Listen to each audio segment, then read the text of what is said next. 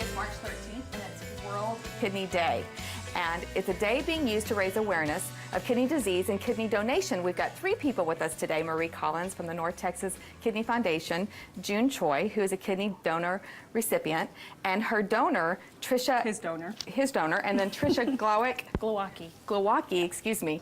And good morning, everyone. It's great to have you here. Good morning. Morning. Thanks so tell us about World Kidney this day. It's an important one. Obviously, we have proof of that right here. Absolutely. Well, March is Kidney Month, and today is World Kidney Day. And really, it's just an opportunity to bring awareness to the whole area of kidney health and kidney disease.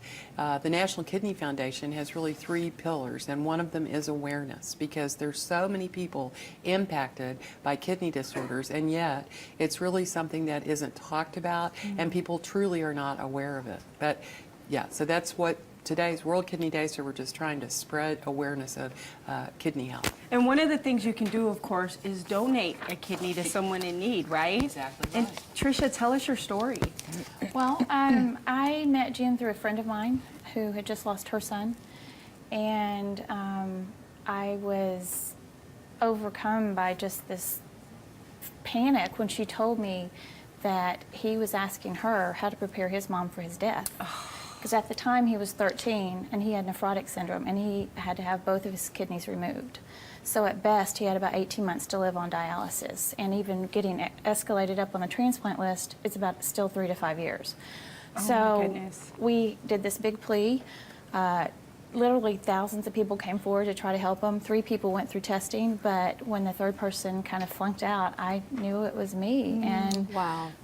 he's such a joy, and you know, I received the blessing, and it was easier than having a baby. I mean, it really was. A little bit more painful for Yes. Andrew, but you know, kidneys aren't long term for life like a liver or anything. But we're hoping, you know, it'll get him a couple of decades into it. How long ago was that y'all did this? It was 3 years ago last week. Wow. And June, how are you feeling?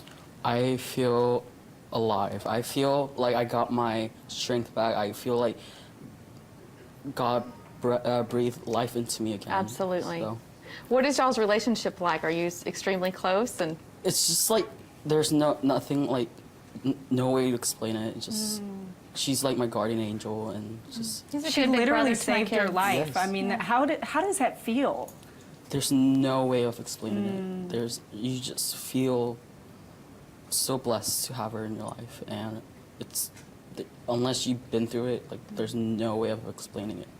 It doesn't. I mean, for those of you who've had children, you know, when you go through the pain and you hold the baby for the first time, it's like that pain goes away. And I'll never forget, because I was at UT Southwestern, he was at Children's, and on my way home from the hospital, I got to go up and see him.